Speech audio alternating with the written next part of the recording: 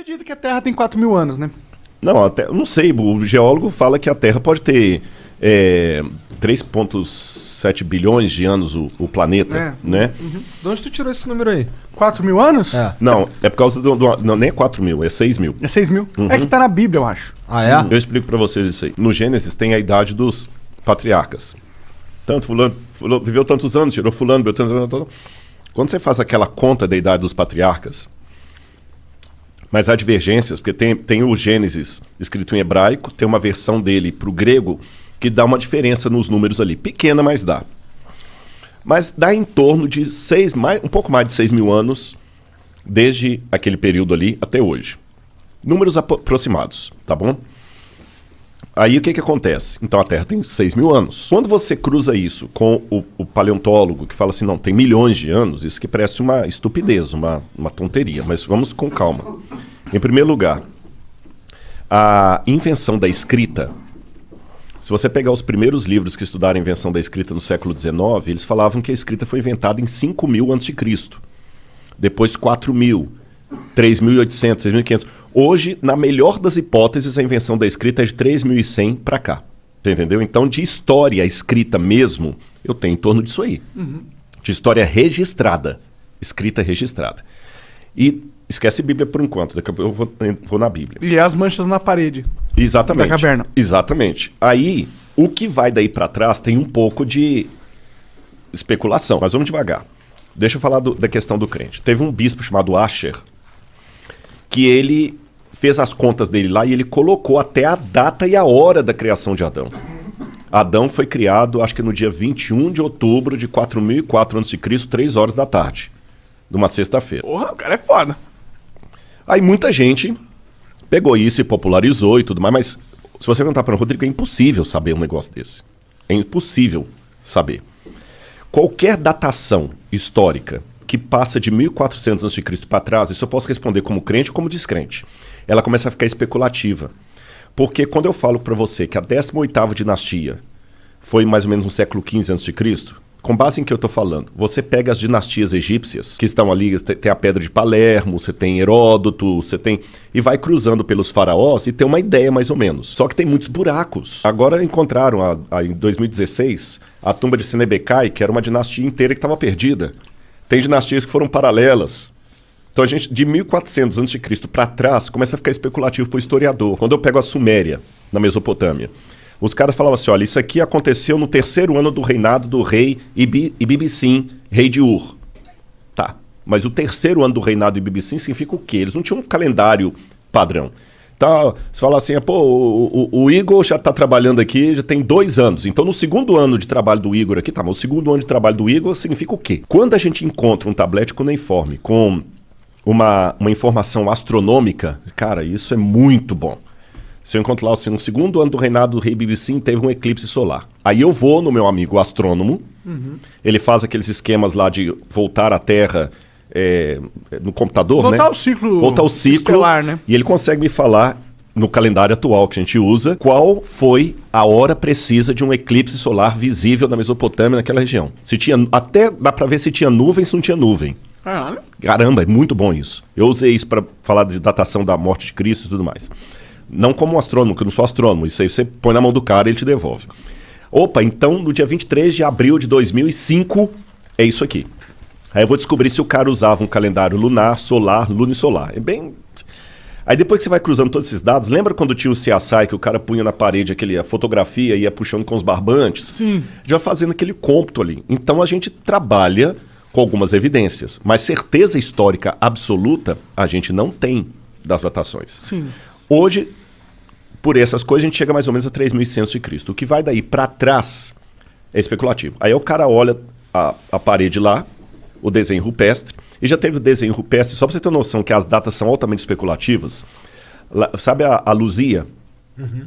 A Luzia, eu já encontrei umas 4 ou 5 diferentes datações para a Luzia. Tem gente que coloca a presença do homem aqui no Brasil em 25 mil anos atrás. Tem gente que coloca há 45 mil anos atrás. Pô, 25 mil para 45 mil é muita diferença.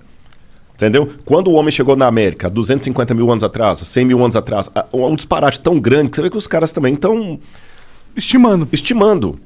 Agora, se eu trabalhar com a ideia de que Deus pode ter criado e que Adão é uma figura histórica, eu posso ter colocado Adão um pouco antes ali do período do bronze, 4.000 a.C. aproximadamente.